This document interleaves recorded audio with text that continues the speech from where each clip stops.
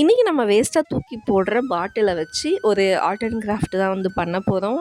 Already ஒரு video போட்டிருப்பேன். இது 2வது வீடியோ. அதுக்கு வந்து சின்ன சைஸ் வாட்டர் பாட்டில் வந்து நம்ம எடுத்துக்கலாம். அதுலேயும் வந்து இந்த மாதிரி ஒயிட் கலராக இருந்தால் இன்னும் பெஸ்ட்டாக இருக்கும். ஃபஸ்ட்டு அந்த பாட்டிலோட அடிப்பக்கத்தில் அந்த குமிழ் மாதிரி இருக்கும் 5. அதில் வந்து நீங்கள் ஸ்கெட்சை வச்சு வரைஞ்சிங்க அப்படின்னா உங்களுக்கு அந்த ஷேப்பில் தானாகவே வந்து கிடச்சிடும். அதையே வந்து நீங்கள் அப்படியே கட் பண்ணி எடுத்துக்கணும். நீங்கள் டிரான்ஸ்பரண்ட்டாக இருக்க வாட்டர் பாட்டில் யூஸ் பண்ணுறீங்க அப்படின்னா அதுக்கு வந்து நீங்கள் கலர் பண்ணிவிட்டு யூஸ் பண்ணுற மாதிரி இருக்கும். நான் வந்து ஒயிட்டே எடுத்ததால் இதில் வந்து பெருசாக கலர் பண்ண வேண்டிய வேலை இல்லை. பார்க்குறதுக்கு ரொம்ப அழகாக இருக்கும். நம்ம வந்து இதை ஒரு ஃப்ளவராக தான் வந்து செய்ய போகிறோம். ஃபஸ்ட்டு வந்து நம்ம அந்த கட் பண்ணி வச்சுருக்க அந்த போர்ஷனை வந்து இந்த மாதிரி கட் பண்ணோம் அப்படின்னா ரொம்பவே அழகான ஒரு ஃப்ளவர் ஷேப் வந்து நமக்கு கிடச்சிருச்சு. அதுக்கப்புறமா தென்னங்குச்சியை வந்து இந்த மாதிரி சாப் க்ரீன் கலரில் வந்து இந்த மாதிரி பெயிண்டில் வந்து நம்ம விட்டு எடுத்து காய வச்சு எடுத்துக்கலாம். இதோட சென்டரில் உங்களுக்கு பிடிச்சமான ஒரு கலர் வந்து நீங்கள் அடிச்சுக்கோங்க. இந்த ஒயிட்டுக்கு அந்த ரெட்டு வந்து நல்லா கான்ட்ராஸ்ட்டாக இருக்கும் அப்படின்றதுனால நான் சென்டரில் ரெட் கலர் அக்ரிலிக் பெயிண்ட் வந்து நான் அப்ளை பண்ணிக்கிறேன்.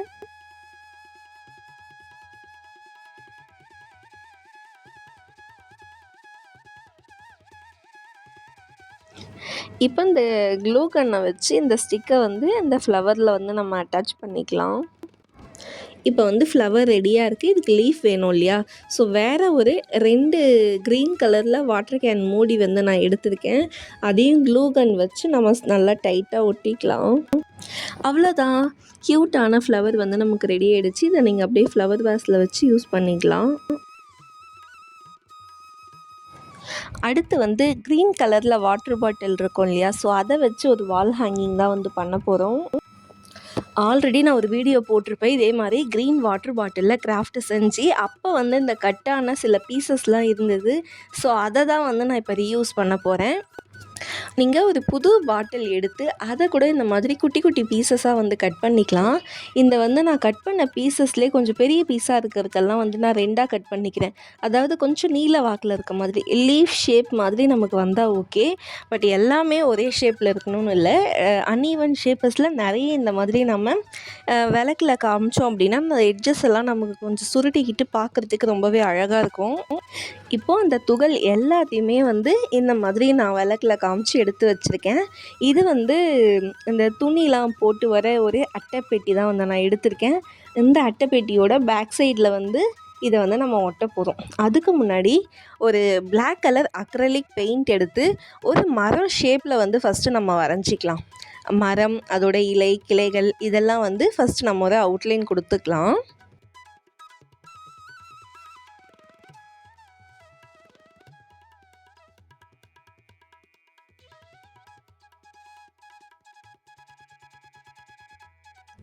இப்போ வந்து நம்ம ரெடி பண்ணி வச்சுருக்க அந்த லீஃபை எல்லாத்துலேயுமே இந்த மரத்தில் வந்து நம்ம ஒட்டிக்கலாம். இது வந்து நார்மல் க்ளூலேயே வந்து உங்களுக்கு நல்லாவே ஒட்டுது.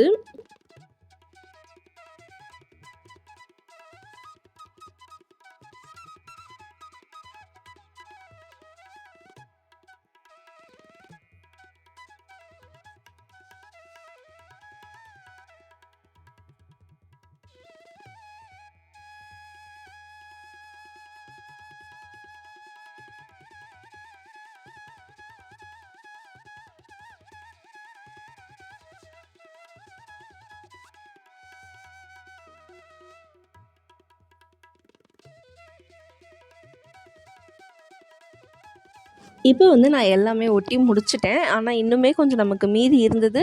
பட் இருந்தாலும் பிரச்சனை இல்லை. இப்போ வந்து கொஞ்சம் நல்லா ஷைனிங்காக இருக்க மாதிரி ஒரு 2 ரோப்பு வந்து நம்ம இந்த மாதிரி ரெடி பண்ணிக்கலாம். அதுக்கப்புறம் 2 பக்கமுமே வந்து இந்த மாதிரி க்ளூ அப்ளை பண்ணிவிட்டு அந்த த்ரெட்டை வந்து அது மேலே வச்சு கொஞ்சம் சப்போர்ட்டுக்கு ஏதாச்சும் ஒரு வெயிட்டை தூக்கி வச்சு அது கொஞ்சம் ட்ரை ஆகிற வரைக்கும் வெயிட் பண்ணலாம். இது வந்து நம்ம மரத்துலேருந்து ஒரு ஊஞ்சல் தொங்குற மாதிரி தான் வந்து நம்ம ரெடி பண்ண போகிறோம். ஸோ இதுக்கப்புறம் வந்து பார்த்திங்கன்னா நான் வந்து பாய் வந்து எடுத்திருக்கேன். அந்த பாயிலேருந்து ஓரமாக அந்த குச்சிங்கெல்லாம் வந்து பிரிஞ்சு வரும் இல்லையா? அந்த குச்சி தான் வந்து நான் எடுத்திருக்கேன். ஸோ இந்த ஊஞ்சலோட சைஸுக்கு ஏற்ற மாதிரி மெஷர் பண்ணிவிட்டு ஒரு 3, 4 போல் இந்த மாதிரி கட் பண்ணி அதையுமே வந்து இந்த எட்ஜஸில் வந்து நம்ம வச்சு ஒட்டிக்கலாம். இதுவும் நல்லா ஒட்டணும் அப்படின்றதுக்காக கொஞ்சம் வெயிட் எல்லாம் அது மேலே வந்து தூக்கி வச்சுக்கிறேன். அதுக்கப்புறம் வந்து பார்த்திங்கன்னா அங்கே கொஞ்சம் நமக்கு கேப் இருக்கும் அந்த த்ரெட்டு ஸ்டார்ட் ஆன இடத்துல. ஸோ அங்கேயுமே வந்து நம்ம எக்ஸஸாக இருக்க மீதி லீஃபை வச்சு நம்ம அங்கே கவர் பண்ணிக்கலாம்.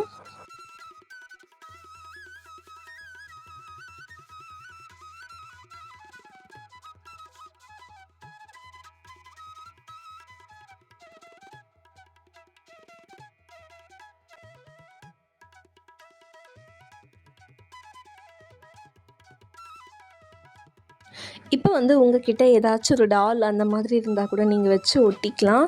இல்லை அப்படின்னா பெயிண்ட்லேயே வந்து ஒரு கேர்ள் உக்காண்ட்ருக்க மாதிரி நீங்கள் வந்து பெயிண்ட் பண்ணிக்கலாம். இப்போ நானும் அதே தான் பண்ண போகிறேன். ஸ்ட்ரெயிட்டாக டைரெக்டாக வந்து பண்ணிக்கிறேன். இல்லை பென்சிலில் வரைஞ்சிட்டு அதுக்கப்புறம் பெயிண்ட் பண்ணுறதா இருந்தாலும் பண்ணிக்கலாம்.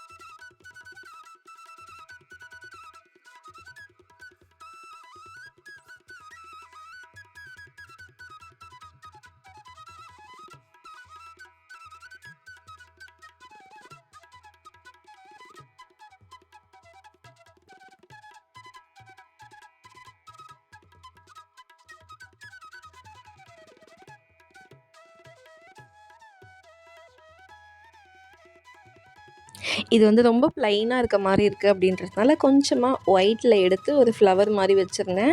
அதுக்கப்புறம் சரி கொஞ்சம் நம்ம ட்ரெஸ் மாதிரியும் பண்ணிக்கலாம் அப்படின்ட்டு கையிலையுமே வந்து அப்புறம் ஃப்ராக்லேயுமே கொஞ்சம் டாட்டாக நான் போட்டுக்கிறேன். அவ்வளோதான்.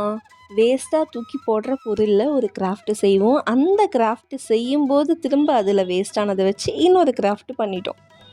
இது அட்டைப்பெட்டின்றதுனால நமக்கு ஆணியில் மாட்டுறதுக்கு ரொம்ப ஈஸியாக இருக்கும். இந்த வீடியோ உங்களுக்கு பிடிச்சிருந்தா லைக் பண்ணுங்கள், சப்ஸ்கிரைப் பண்ணுங்கள். உங்களுக்கு பிடிச்சவங்களுக்கு ஷேர் பண்ணுங்கள். அவங்களும் ட்ரை பண்ணி பார்க்கட்டும். அடுத்த வீடியோவில் பார்க்கலாம். டாடா.